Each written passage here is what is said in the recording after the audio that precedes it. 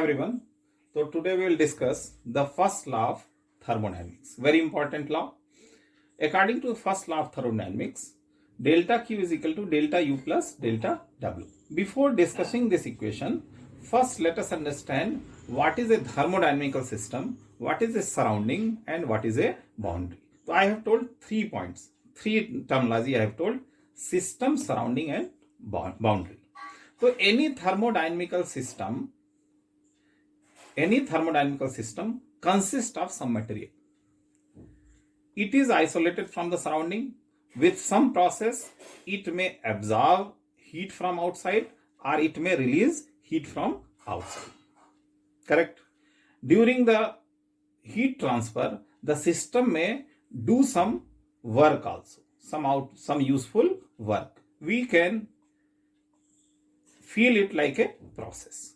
Like just suppose freeze. Freeze is a thermodynamical system. What work it is doing? Freezing. Freezing means it is consuming some energy. Some energy it is utilizing in freezing or cooling the materials kept inside the freezer system. So system, surrounding, and boundary. There are 3 points. So now we will understand what is term by term meaning of Q, U, and W. So delta Q means what? Delta Q means heat supplied to the system और heat extracted out to the system. या तो system को heat दिया जाएगा, heat energy, या system से heat energy निकाली जाएगी. यदि हीट सप्लाइड दी गई है एनर्जी किसको? सिस्टम के मटेरियल को, तो डेल्टा क्यू पॉजिटिव होगा. और यदि एक्सट्रैक्टेड आउट है तो डेल्टा क्यू क्या होगा? निगेटिव होगा. तो फर्स्ट पॉइंट इज कि सिस्टम को एनर्जी दी जा रही है या ली जा रही है. तो हम अभी पॉजिटिव वाला साइड लेके चलते हैं कि सपोज सिस्टम को एनर्जी दी गई. ठीक है. अब सिस्टम कोई प्रोसेस कर रहा है, जैसे फ्रिज जो है हमारा कूलिंग का प्रोसेस कर रहा है. करेक्ट. और यदि एसी को भी देखें वो भी कूलिंग का प्रोसेस कर रहा है, तो उसमें कुछ एनर्जी कंज्यूम कर लेगा. तो डेल्टा क्यू का कुछ पार्ट जो है वो delta W, that is work done. कौन ये काम करेगा? सिस्टम का मटेरियल. तो फ्रीजर रेफ्रिजरेटर सिस्टम में क्या है? गैसेस यूज की जाती हैं. वो गैसेस एक्सपेंड होती हैं या कॉन्ट्रैक्ट होती हैं. उस दौरान वो वर्क डन करती हैं. That is PDV, integration of PDV. This is the formula. तो पीडीवी फॉर्म में वॉल्यूम जब उनका चेंज होगा और जिस प्रेशर पे वो भरी गई हैं गैसेस, तो पीडीवी के फॉर्म में they will do some work that we can convert in our desired form, cooling और heating, whatever we want. अब क्यू सप्लाई किया गया, डब्ल्यू वर्क में खर्च हो गया, तो जो बचा हुआ पार्ट है that part changes the internal energy of the material. तो delta U is change in internal energy. Material का मतलब यहां पे है सिस्टम से. तो हम मटेरियल नहीं लिखते हैं बार बार, हम क्या बोलते हैं कि सिस्टम की इंटरनल एनर्जी चेंज होगी. मतलब क्या है? सिस्टम के मटेरियल की इंटरनल एनर्जी चेंज हुई. इंटरनल एनर्जी कब चेंज होगी? जब सिस्टम का टेम्परेचर चेंज होगा. तो बची हुई एनर्जी सिस्टम के टेम्परेचर को बढ़ाती है. तो क्या हुआ? कुछ एनर्जी सप्लाई की गई, उसमें से कुछ एनर्जी वर्क डन में यूज हो गई. जो बची हुई एनर्जी है वो सिस्टम के टेम्परेचर को अपलिफ्ट करेगी या डाउन करेगी, डिपेंडिंग अपॉन क्यू लिया गया है या क्यू और डब्ल्यू में कौन बड़ा है. करेक्ट. तो क्यू और डब्ल्यू से जो बैलेंस मिलेगा वो बैलेंस टेम्परेचर को बढ़ा भी सकता है, एक्सोथर्मिक प्रोसेस भी कर सकता है, या एंडोथर्मिक प्रोसेस भी कर सकता है, या एक्सोथर्मिक प्रोसेस भी कर सकता है. तो उससे सिस्टम की इंटरनल एनर्जी बढ़ भी सकती है और सिस्टम की एनर्जी घट भी सकती है. तो इस फिलॉसफी से क्या आया कि delta heat supplied is Q, difference work done is W. इन दोनों का जो डिफरेंस होगा वो डेल्टा यू के बराबर होगा. बट यहां पर ध्यान रखने वाली बात है कि ये अलजेब्रिक साइन के साथ इक्वेशन यूज होगी. Algebraic sign is very important.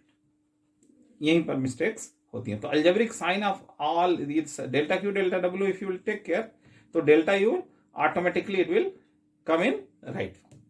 Correct. तो अब एल्जेब्रिक फॉर्म के कन्वेंशन क्या है कि यदि हीट सप्लाइड, ये इंपॉर्टेंट है, heat supply to the system, तो delta Q is always positive. Heat taken out, तो टू द सिस्टम, तो क्या होगा, delta Q will be negative. Correct. अब दूसरा कॉन्सेप्ट आता है वर्क डन, डेल्टा डब्ल्यू। तो ज्यादातर सिस्टम में गैसेज जो है मटेरियल की तरह यूज की जाती हैं, जो हीट सिस्टम्स होते हैं। तो गैस यदि एक्सपेंड होती है, मींस वॉल्यूम यदि बढ़ता है गैस का, मींस तो क्या होता है, work done by the system होता है। गैस जो गैस अपने पर काम करती है, तो work done by system, work done by system यदि कहीं पे है तो वो क्या माना जाएगा, पॉजिटिव माना जाएगा। गैसियस केस में क्या है, P V2 माइनस V1, तो क्या होना चाहिए, V2 must be greater than V1 होना चाहिए। ठीक है। और यदि work done on the system, work done on the system,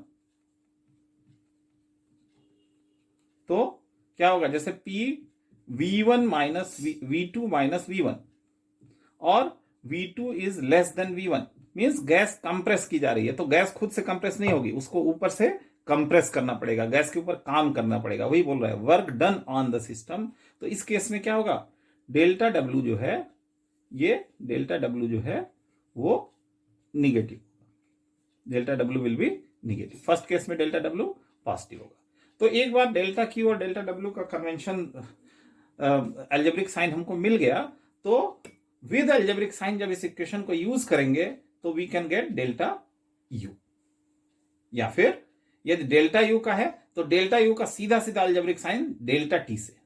temperature system का घट रहा है, डेल्टा यू निगेटिव है, टेम्परेचर सिस्टम का बढ़ रहा है, डेल्टा यू पॉजिटिव है। तो इनकेस जहां पे डेल्टा डब्ल्यू निकालना है अननोन, डेल्टा यू और डेल्टा क्यू दिए गए हैं, तो डेल्टा यू का साइन जो है हमको कैसे डिसाइड करना, या तो दिया रहे या फिर ऐसे डिसाइड करेंगे, यदि कूलिंग प्रोसेस हो रहा है, सिस्टम का मटेरियल ठंडा हो रहा है, तो इसका मतलब डेल्टा यू निगेटिव हो रहा है, उसकी इंटरनल एनर्जी कम हो रही है, उसकी काइनेटिक्स कम हो रही है। और डेल्टा क्यू के बारे में मैंने डिस्कशन कर लिया। तो अब ये तो फिलॉसफी हो गई फर्स्ट लॉ ऑफ थर्मोडायनामिक्स की, और ये इक्वेशन हो गया। बट इतने से नहीं, when we will do some numerical problems, then only we can understand how this law is applied to various thermodynamical system. So let us start with few examples of adiabatic and isothermal process and work done in the process. What is the formula for this process? I have discussed in my earlier video. Link I am giving in description box. Please go through it if you are not knowing. तो मैं adiabatic और isothermal process को remind करा देता हूं। For an adiabatic process, system surrounding से isolated रहता है, मींस कोई भी हीट एक्सचेंज सराउंडिंग से नहीं करेगा। Delta Q is equal to 0 and formula for work done is 1/1 minus gamma. Gamma is adiabatic constant which is nothing but Cp by Cv। इसका detail discussion मैंने video में किया है। तो Cp बाई Cv और P2V2 final pressure, final volume minus P1V1।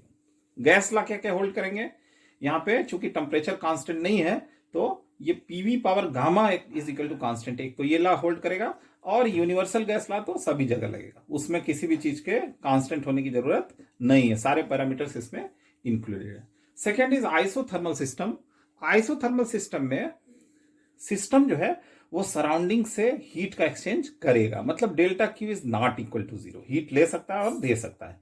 किस तरीके से हीट ले सकता है, दे सकता है, ताकि इसका अपना टेम्परेचर समय के साथ चेंज ना हो। तो इस तरह का चेंजेस जब गैसीय सिस्टम में किया जाता है तो उसको आइसोथर्मल प्रोसेस बोलते हैं। करेक्ट। तो इस केस में क्या हो जाएगा कि वर्क डन का जो फॉर्मूला है 2.303 nRT log V2 by V1 है, और गैस ला जो होल्ड करेगी वो बायल्स ला होल्ड करेगी, Pv is equal to constant.